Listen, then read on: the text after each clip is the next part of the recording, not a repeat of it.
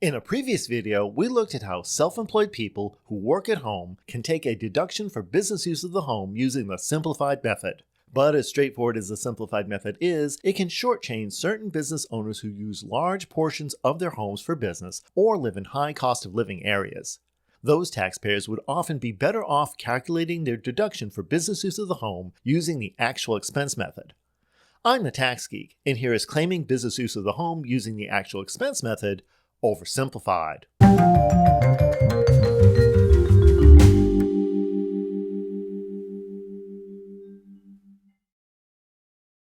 If you want to learn what uses qualify for claiming a deduction for business use of the home, please check out the previous video in this series by clicking the card above or the link in the description.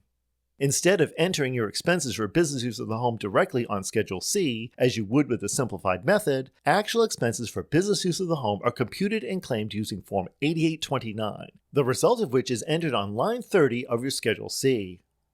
Unlike using the simplified method, which merely required measuring the space being used for business, using the actual expense method requires much more record keeping. Start by gathering together your bills for home expenses such as rent, mortgage interest, property taxes, utilities, and repair bills. You should also include expenses such as pest control and homeowner association dues. If you own your home, you need to know the basis of your home, essentially what you paid for the home, the current fair market value of the home, and the value of the underlying land.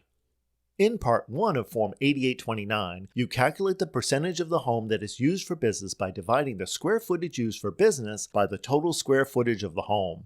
There are special rules that apply to daycare businesses, but that's a story for later. The amount from line 29 of Schedule C is then entered on line 8 of the form. This is the overall limitation for the deductible amount. Expenses are then divided into two categories: direct and indirect. Direct expenses are expenses that exclusively apply to the space that is being used for business.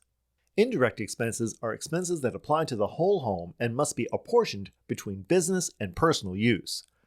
For example, painting your entire home is an indirect expense, but painting the room you are using for business is a direct expense. If you own your home and you itemize deductions, enter the total amount of the mortgage interest and property taxes paid on lines 10 and 11 in column B. Apply the line 7 percentage to these expenses and enter the result on line 14. Any remaining home mortgage interest or property taxes may be deducted on Schedule A. Subtract the amount on line 14 from the amount on line 8. If this amount is 0 or less, you will not be able to deduct any more expenses in the current year. However, continue filling out the form as any additional expenses may be carried forward to a future year. If you own your home and take the standard deduction, you place the entire amount of the mortgage interest and property taxes in column B of lines 16 and 17. List all the other applicable direct and indirect expenses on lines 18 through 22 and total the columns on line 23. Apply the line 7 percentage to the total on line 23 column B and add that amount to the figure on line 23 column A. Compare the result to the amount on line 15 and enter the lower amount on line 26. Subtract this figure from line 15. This is the limitation on how much depreciation you can deduct for business use of the home. Next, calculate the depreciation on your home. Take the adjusted basis of the home, or its fair market value, whichever is lower, subtract the value of the land, multiply the result by the line 7 percentage, then calculate the depreciation. Since business use of the home is considered non-residential real estate, the adjusted basis is divided by 39 or multiplied by 2.6% to arrive at the total amount of depreciation. This calculation is shown in Part 3 of the form, and the result is carried to lines 30 and 33 of the form. Finally, lines 14, 27, and 33 are totaled, and the result is entered on line 36 and carried to Schedule C, line 30. If your allowable operating expenses or depreciation exceed the amount on line 8, those expenses can be carried forward to a future year. Time for an example.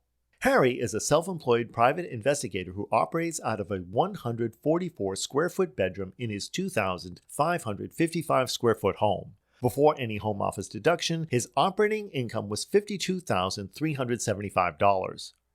During 2022, he paid $15,650 in mortgage interest and $4,453 in property taxes. He usually has enough other deductible expenses to itemize deductions. He purchased his home new for $425,000, including closing costs, and the underlying value of the land is $56,000. The current fair market value of his home is $465,000. During the year, he paid $1,732 for his homeowner's insurance, and his utilities totaled $5,135 for the entire house. He spent $125 painting the room he uses as his office.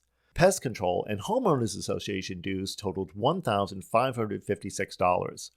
Here is Harry's Form 8829. In Part 1, he calculates that he uses 5.6% of the square footage of his home for business.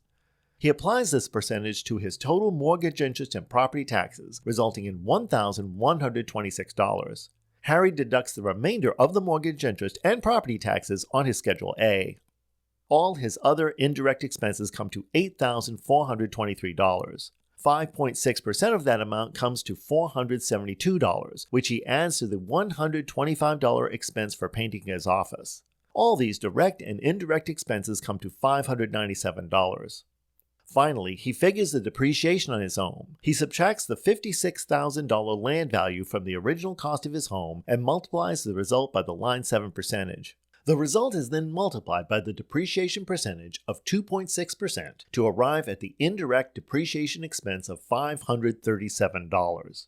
Adding all these figures together gives him a tentative deduction of $2,260. Since this is less than the operating income from his business, he can take the entire deduction and enters the amount on line 30 of his Schedule C. If Harry had used the simplified method to calculate his expenses for business use of the home, his deduction would have been 144 square feet times $5, resulting in $720. Therefore, he is much better off taking actual expenses as a deduction, making all the additional record keeping and calculations worthwhile. And as usual, there is much more to claiming actual expenses for business use of the home than is shown in this video. Additional information and resources can be found in the video description. If you found this video informative, please give it a thumbs up and share it with anyone else who would find it useful. For more oversimplifications of our complex tax system, hit the subscribe button.